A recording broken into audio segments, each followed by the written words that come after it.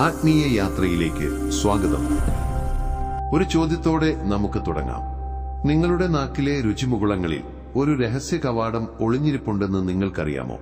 അത് തുറന്നാൽ സാധാരണ ഭക്ഷണവും നിങ്ങൾക്ക് ഒരു മാന്ത്രിക അമൃതായി മാറും. ഗുജറാത്തിലെ സോമനാഥ് ക്ഷേത്രത്തിലെ രഹസ്യശേഖരത്തിൽ നിന്ന് കണ്ടെത്തിയ ഒരു പുരാതന കൈയെഴുത്തുപ്രതിയിൽ സപ്ത സ്വാദ് സാധനയെക്കുറിച്ചുള്ള രഹസ്യം രേഖപ്പെടുത്തിയിട്ടുണ്ടെന്ന് നിങ്ങൾ എപ്പോഴെങ്കിലും കേട്ടിട്ടുണ്ടോ? ഇതിലൂടെ വളരെ കുറച്ച് ഭക്ഷണം കഴിച്ച് നിങ്ങൾക്ക് അസീമിതമായ ദിവ്യോർജം നേടാൻ കഴിയും. നമസ്കാരം. ഇന്ന് നമ്മൾ ആയുർവേദത്തിലെയും ഉപനിഷത്തുകളിലെയും ഏറ്റവും ഗഹനവും നിഗൂഢവുമായ അധ്യായത്തെക്കുറിച്ചാണ് സംസാരിക്കുന്നത്. നിങ്ങളുടെ ഭക്ഷണം വെറും വിറ്റാമിനുകളുടെയും ധാതുക്കളുടെയും ഒരു പെട്ടിയല്ല, മറിച്ച് നിങ്ങളുടെ അബോധ മനസ്സും ബ്രഹ്മാണ്ഡ ഊർജവും തമ്മിലുള്ള നേരിട്ടുള്ള ബന്ധമാണെന്ന് ഇത് തെളിയിക്കുന്നു. ഇന്നു മുതൽ ഭക്ഷണത്തിന് തൊട്ടുമുമ്പ് വെറും 12 സെക്കൻഡ് നേരത്തെ ഈ ശാസ്ത്രീയവും ആത്മീയവുമായ പരിശീലനം നിങ്ങൾ ആരംഭിക്കുകയാണെങ്കിൽ നിങ്ങളുടെ ശരീരം ഭക്ഷണത്തിൽ നിന്ന് വെറും 30% അല്ല, മറിച്ച് പൂർണ്ണമായ 100% ഊർജവും ആഗിരണം ചെയ്യാൻ തുടങ്ങും. മുന്നോട്ടു പോകുന്നതിന് മുമ്പ് ഒരു ഡിസ്ക്ലെയിമർ നൽകേണ്ടത് അത്യാവശ്യമാണ്. ഈ വീഡിയോയിൽ നൽകിയിരിക്കുന്ന വിവരങ്ങളെല്ലാം പുരാതന വൈദിക ഗ്രന്ഥങ്ങൾ, മനഃശാസ്ത്രപരമായ വസ്തുതകൾ, ശാസ്ത്രീയ ഗവേഷണങ്ങൾ എന്നിവയെ അടിസ്ഥാനമാക്കിയുള്ളതാണ്. ഈ വിവരങ്ങൾ വിദ്യാഭ്യാസപരവും ആത്മീയവുമായ ആവശ്യങ്ങൾക്കുള്ളതാണ്. ഗുരുതരമായ ആരോഗ്യ പ്രശ്നങ്ങളോ ഭക്ഷണക്രമത്തിൽ വലിയ മാറ്റങ്ങളോ വരുത്താൻ എപ്പോഴും നിങ്ങളുടെ ഡോക്ടറുടെയോ വിദഗ്ധന്റെയോ ഉപദേശം തേടുക. ആരോഗ്യവാനായിരിക്കാൻ സമീകൃതാഹാരവും പ്രോട്ടീനും കലോറിയും മാത്രം നോക്കിയാൽ മതിയെന്നാണ് നമ്മൾ എപ്പോഴും കരുതിയിരുന്നത്. എന്നാൽ ആധുനിക ശാസ്ത്രവും പുരാതന ഗ്രന്ഥങ്ങളിലെ അറിവും മറ്റൊന്നാണ് പറയുന്നത്. നിങ്ങൾ കഴിക്കുന്ന ഭക്ഷണത്തിന്റെ രാസഗുണം നിങ്ങളുടെ ശരീരത്തിൽ 30% സ്വാധീനം മാത്രമേ ചെലുത്തുന്നുള്ളൂ എന്ന് ശാസ്ത്രവും മനഃശാസ്ത്രവും ഇന്ന് അംഗീകരിക്കുന്നു. ബാക്കിയുള്ള 70% സ്വാധീനം നിങ്ങൾ ഭക്ഷണം കഴിക്കുമ്പോഴുള്ള നിങ്ങളുടെ മാനസികാവസ്ഥയെയും ആ ഭക്ഷണത്തിനുള്ളിലെ സൂക്ഷ്മമായ പ്രാണമൂലകത്തെയും ആശ്രയിച്ചിരിക്കുന്നു. നമ്മൾ TV കണ്ടുകൊണ്ടോ മൊബൈൽ ഉപയോഗിച്ചുകൊണ്ടോ അല്ലെങ്കിൽ ആരോടെങ്കിലും ദേഷ്യപ്പെട്ടുകൊണ്ടോ ഭക്ഷണം കഴിക്കുന്നു എന്നതാണ് ഇന്നത്തെ ഏറ്റവും വലിയ വിരോധാഭാസം. മനഃശാസ്ത്രമനുസരിച്ച് ഇങ്ങനെ ചെയ്യുന്നത് നമ്മുടെ ശരീരത്തിൽ കോർട്ടിസോൾ എന്ന സ്ട്രെസ് ഹോർമോൺ ഉൽപ്പാദിപ്പിക്കുന്നു. ഇത് നമ്മുടെ ദഹന വ്യവസ്ഥയെ പൂർണ്ണമായും തടസ്സപ്പെടുത്തുന്നു. ഭക്ഷണത്തിലെ പ്രാണമൂലകം അല്ലെങ്കിൽ ജീവോർജം ആ നിമിഷം തന്നെ നശിപ്പിക്കപ്പെടുന്നു. തൽഫലമായി ലോകത്തിലെ ഏറ്റവും വില കൂടിയതും പോഷക ഗുണമുള്ളതുമായ ഭക്ഷണം കഴിച്ചിട്ടും നിങ്ങൾ വെറും മൃത കലോറി അഥവാ ഡെഡ് കാലറീസ് മാത്രമാണ് സ്വീകരിക്കുന്നത്. അതുകൊണ്ടാണ് ഇന്ന് നല്ല ഭക്ഷണം കഴിച്ചിട്ടും ഓരോ വ്യക്തിയും തളർച്ച, മടി, വിഷാദം തുടങ്ങിയ ഗുരുതരമായ രോഗങ്ങൾക്ക് ഇരയാകുന്നത്. കാരണം ഭക്ഷണം നിങ്ങളുടെ വയറ്റിലേക്ക് പോകുന്നുണ്ടെങ്കിലും അതിന്റെ ആത്മാവ് നിങ്ങളുടെ നെഗറ്റീവ് ചിന്തകളുടെ ബഹളത്തിൽ എവിടെയോ നഷ്ടപ്പെട്ടു പോകുന്നു. ഈ രഹസ്യം ആഴത്തിൽ മനസ്സിലാക്കാൻ നമ്മൾ നമ്മുടെ പവിത്ര ഗ്രന്ഥമായ തൈത്തിരീയ ഉപനിഷത്തിലേക്ക് തിരിയണം. അതിൽ വളരെ വ്യക്തമായി പറഞ്ഞിട്ടുണ്ട്, അന്നം ബ്രഹ്മേതി വ്യജാനാത്. അതായത് അന്നം സാക്ഷാൽ ബ്രഹ്മമാണ്, ഈശ്വരനാണ്.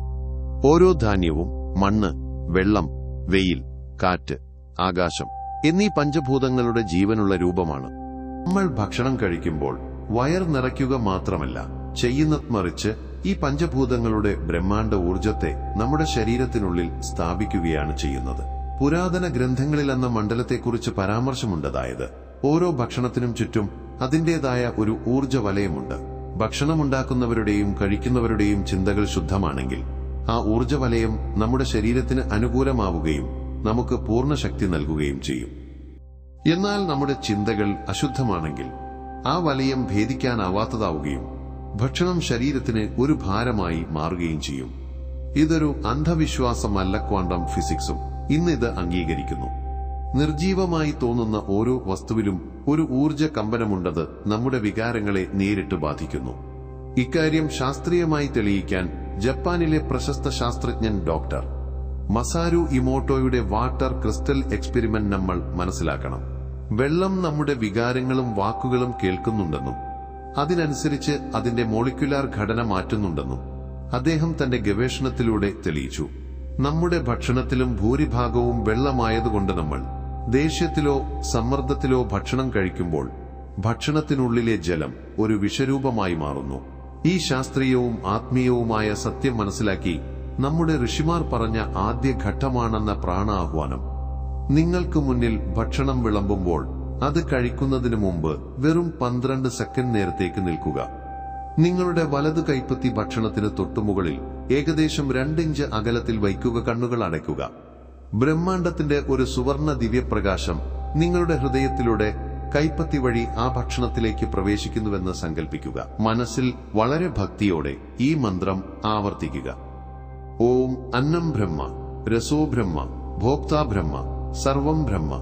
ഈ 12 സെക്കൻഡ് നീണ്ടു നിൽക്കുന്ന ചെറിയ പ്രയോഗം ഒരു മാന്ത്രിക വിദ്യയല്ല, മറിച്ച് മനഃശാസ്ത്രത്തിൽ മൈൻഡ്ഫുൾനെസ് സാങ്കേതിക വിദ്യയുടെ ഏറ്റവും പുരാതനമായ രൂപമാണ്. കണ്ണുകൾ അടച്ച് ഇങ്ങനെയൊരു വികാരം പ്രകടിപ്പിക്കുമ്പോൾ നിങ്ങളുടെ നാഡീവ്യൂഹം ഉടൻ തന്നെ ഫൈറ്റ് ഓർ ഫ്ലൈറ്റ് മോഡിൽ നിന്ന് മാറി റെസ്റ്റ് ആൻഡ് ഡൈജസ്റ്റ് മോഡിലേക്ക് പോകുന്നു. നിങ്ങളുടെ കൈപ്പത്തിയിൽ നിന്ന് പുറപ്പെടുന്ന ഊർജം ആ ഭക്ഷണത്തിലെ മൃതപ്രാണനെ വീണ്ടും ഉണർത്തുന്നു.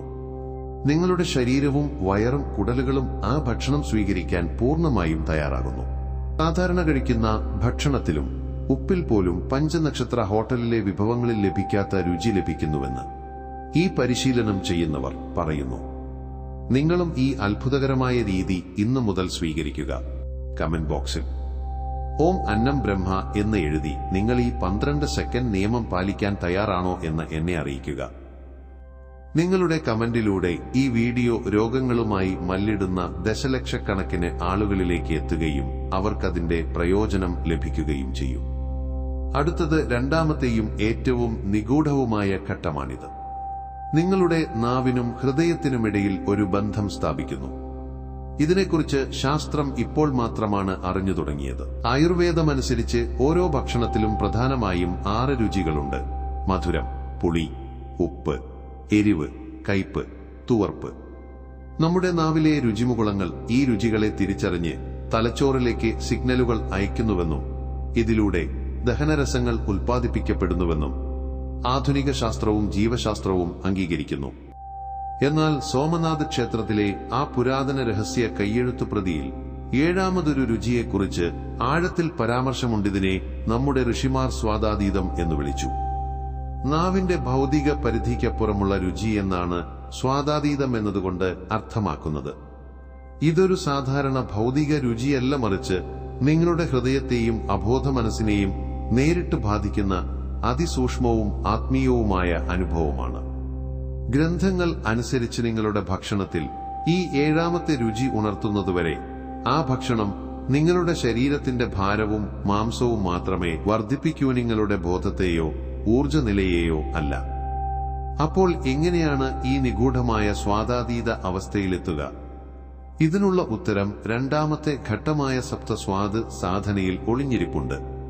നിങ്ങൾ ഭക്ഷണത്തിന്റെ ആദ്യ ഉരുളവായിൽ വയ്ക്കുമ്പോൾ അത് ഉടൻ വിഴുങ്ങുന്നതിന് പകരം കുറഞ്ഞത് 12 മുതൽ 32 തവണ വരെ ചവയ്ക്കുക. ശാസ്ത്രീയമായി നോക്കിയാൽ നമ്മുടെ ഉമിനീരിൽ അമിലേസ് എന്ന എൻസൈം ഉണ്ടിത് ചവയ്ക്കുന്ന പ്രക്രിയയിൽ കാർബോഹൈഡ്രേറ്റിനെ വായിൽ വെച്ച് തന്നെ ദഹിപ്പിക്കുന്നു. എന്നാൽ ആത്മീയ മനഃശാസ്ത്രത്തിന്റെ കാഴ്ചപ്പാടിലൂടെ നോക്കുമ്പോൾ അത്ഭുതം ഇവിടെ തുടങ്ങുന്നു. കണ്ണുകൾ പകുതി അടച്ച് ചവയ്ക്കുന്ന പ്രക്രിയയിലും രുചിയിലും മാത്രം ശ്രദ്ധ കേന്ദ്രീകരിക്കുമ്പോൾ 6 രുചികളും നാവിൽ നിന്ന് അവസാനിക്കാൻ തുടങ്ങുന്നു. ഭക്ഷണത്തിൽ രുചിയൊന്നും അവശേഷിക്കാത്ത ആ നിമിഷം പെട്ടെന്ന് നിങ്ങളുടെ ഉള്ളിൽ നിന്ന് ഒരു അത്ഭുതകരമായ ശാന്തിയും തൃപ്തിയും ആനന്ദവും ഉയരുന്നു. ഇതാണ് ആ 7ാമത്തെ രഹസ്യരുചി. ഈ നിമിഷം നിങ്ങളുടെ വാഗസ് നെർവ് സജീവമാകുന്നു. ഇത് നിങ്ങളുടെ ഹൃദയത്തെ ദഹന വ്യവസ്ഥയുമായി ബന്ധിപ്പിക്കുന്നു. നിങ്ങളുടെ സാധാരണ ഭക്ഷണം ദിവ്യപ്രസാദമായി മാറുന്നു. ഭക്ഷണം പൂർത്തിയാക്കിയ ശേഷം 3ാമത്തെയും ഏറ്റവും ശക്തവുമായ ഘട്ടം വരുന്നു: പഞ്ചതത്വ സമർപ്പണം. ആധുനിക മനഃശാസ്ത്രത്തിൽ കൃതജ്ഞതയെ ഗ്രാറ്റിറ്റ്യൂഡ് ബ്രഹ്മാണ്ടത്തിലെ ഏറ്റവും ഉയർന്ന ഫ്രീക്വൻസിയുള്ള വികാരമായി കണക്കാക്കുന്നു. ഇത് മനുഷ്യന്റെ DNA പോലും പോസിറ്റീവായി ബാധിക്കും. ഭക്ഷണത്തിന് ശേഷം കുറച്ച് ശുദ്ധജലം വലതു കൈപ്പത്തിയിൽ എടുക്കുക. ഈ വെള്ളത്തിലേക്ക് ശ്രദ്ധയോടെ നോക്കുക. ഈ ഭക്ഷണം ഇപ്പോൾ നിങ്ങളുടെ ശരീരത്തിന്റെ ഭാഗമായി മാറിയെന്ന് ആഴത്തിൽ അനുഭവിക്കുക. ഇതൊരു സാധാരണ കർമ്മമല്ല, മറിച്ച് നിങ്ങൾ പ്രകൃതിക്ക് തിരികെ നൽകുന്ന വലിയ മനഃശാസ്ത്രപരമായ സങ്കല്പമാണ്. ആഴമായ നന്ദിയോടെ ഭക്ഷണം പൂർത്തിയാക്കുമ്പോൾ നിങ്ങളുടെ വയർ തലച്ചോറിലേക്ക് തൃപ്തിയുടെ വ്യക്തമായ സിഗ്നൽ അയക്കുന്നു. ഇതുവഴി നിങ്ങൾ അമിതമായി ഭക്ഷണം കഴിക്കുന്നതിൽ നിന്ന് രക്ഷപ്പെടുന്നു എന്ന് മാത്രമല്ല, ശരീരത്തിന്റെ മെറ്റബോളിസം ഏറ്റവും ഉയർന്ന നിലയിൽ പ്രവർത്തിക്കാനും തുടങ്ങുന്നു. ആ വെള്ളം കയ്യിലെടുത്ത് മനസ്സിൽ ഈ വികാരം സൂക്ഷിക്കുക. ഈ ഭക്ഷണം നിങ്ങളുടെ ഉള്ളിൽ പോയി 5 വലിയ ജോലികൾ ചെയ്യാൻ തുടങ്ങിയിരിക്കുന്നു. 1. ഭക്ഷണത്തിലെ സൂര്യതത്വം രോഗങ്ങളോട് പോരാടാനുള്ള അസീമിതമായ ശക്തിയും ഊർജവും നൽകും. 2. ജലതത്വം നിങ്ങളുടെ രക്തത്തെയും ചിന്തകളെയും പൂർണ്ണമായും ശുദ്ധീകരിക്കും. 3. വായുതത്വം ശരീരത്തിലെ ഓരോ കോശത്തിലും പ്രാണനെത്തിക്കും. 4. പൃഥ്വിതത്വം നിങ്ങളുടെ അസ്വസ്ഥമായ മനസ്സിനും ശരീരത്തിനും സ്ഥിരത നൽകും. 5. ആകാശതത്വം നിങ്ങളുടെ ബോധത്തെ വികസിപ്പിക്കും. അതുവഴി നിങ്ങൾക്ക് സമ്മർദ്ദരഹിതമായി ഇരിക്കാൻ കഴിയും. ഈ ആഴത്തിലുള്ള ധ്യാനത്തിന് ശേഷം കൈപ്പത്തിയിലെ വെള്ളം ഏതെങ്കിലും ചെടിയുടെ ചുവട്ടിലോ ശുദ്ധമായ തറയിലോ അർപ്പിക്കുക. ഈ ചെറിയ പരിശീലനം നിങ്ങളുടെ ദഹനനാളത്തിലെ ബാക്ടീരിയകളെ സന്തോഷിപ്പിക്കുന്നു. ഇതിനെയാണ് ഇന്നത്തെ വൈദ്യശാസ്ത്രം നമ്മുടെ 2ാമത്തെ തലച്ചോരെന്ന് വിളിക്കുന്നത്. നിങ്ങളുടെ കുടലുകൾ നിങ്ങളുടെ സന്തോഷ ഹോർമോണുകൾ ഉണ്ടാക്കുന്നു. നിങ്ങൾ കൃതജ്ഞതയുള്ളവരായിരിക്കുമ്പോൾ ഈ പ്രക്രിയ പല മടങ്ങ് വേഗത്തിലാകുന്നു. അടുത്ത 14 ദിവസത്തേക്ക് മാത്രം നിങ്ങൾ ഈ 3 ഘട്ടങ്ങളും പൂർണ്ണ സത്യസന്ധതയോടെയും വിശ്വാസത്തോടെയും പിന്തുടരുകയാണെങ്കിൽ നിങ്ങളുടെ ഉള്ളിൽ വിശ്വസിക്കാനാവാത്ത മാറ്റങ്ങൾ നിങ്ങൾ കാണും.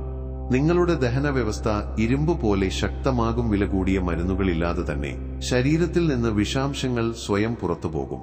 എന്നാൽ സൂക്ഷിക്കുക, പുരാതന ഗ്രന്ഥങ്ങളിൽ ഈ സാധനയ്ക്കൊപ്പം വളരെ കർശനമായ മുന്നറിയിപ്പും നൽകിയിട്ടുണ്ട്. ഇങ്ങനെ ഭക്ഷണം കഴിക്കുമ്പോൾ ഒരിക്കലും മറ്റൊരാളെ നിന്ദിക്കാനോ കുറ്റം പറയാനോ തർക്കിക്കാനോ നെഗറ്റീവ് കാര്യങ്ങൾ സംസാരിക്കാനോ പാടില്ല. ഒരിക്കലും പഴകിയതോ താമസികമോ ആയ ഭക്ഷണം കഴിക്കരുത്. നിങ്ങളുടെ ഊർജം ഉണരുമ്പോൾ അത് എല്ലാ കാര്യങ്ങളെയും പല മടങ്ങ് വർദ്ധിപ്പിക്കും. ഭക്ഷണം കഴിക്കുമ്പോൾ നിങ്ങൾ ദേഷ്യപ്പെടുകയോ ആരെയെങ്കിലും കുറ്റപ്പെടുത്തുകയോ ചെയ്താൽ ആ ഉണർന്ന ഊർജം ശരീരത്തിൽ വിഷവും ആസിഡും ഉണ്ടാക്കും. ഇത് ഭയാനകമായ രോഗങ്ങൾക്ക് കാരണമാകും. എന്നാൽ നിൽക്കൂ, ഈ വിദ്യയുടെ ഏറ്റവും ആഴമേറിയ രഹസ്യം ഇനിയും ബാക്കിയുണ്ടത് ശാസ്ത്രത്തിന് പോലും അപ്പുറമാണ്. വിശുദ്ധ ആത്മീയതയുടെ അതിർത്തി തുടങ്ങുന്നിടത്താണ് ഈ സാധനയുടെ ഏറ്റവും ആഴമേറിയ ഭാഗം. അന്നബ്രഹ്മോപനിഷത്തിലെയും ആ പുരാതന കൈയെഴുത്തു പ്രതിയിലെയും അവസാന താളുകളിലെന്ന യജ്ഞം അല്ലെങ്കിൽ ആന്തരിക അഗ്നിഹോത്രം എന്ന് വിളിക്കപ്പെടുന്ന ഒരു രഹസ്യ പ്രക്രിയയെക്കുറിച്ച് വിവരണമുണ്ട്.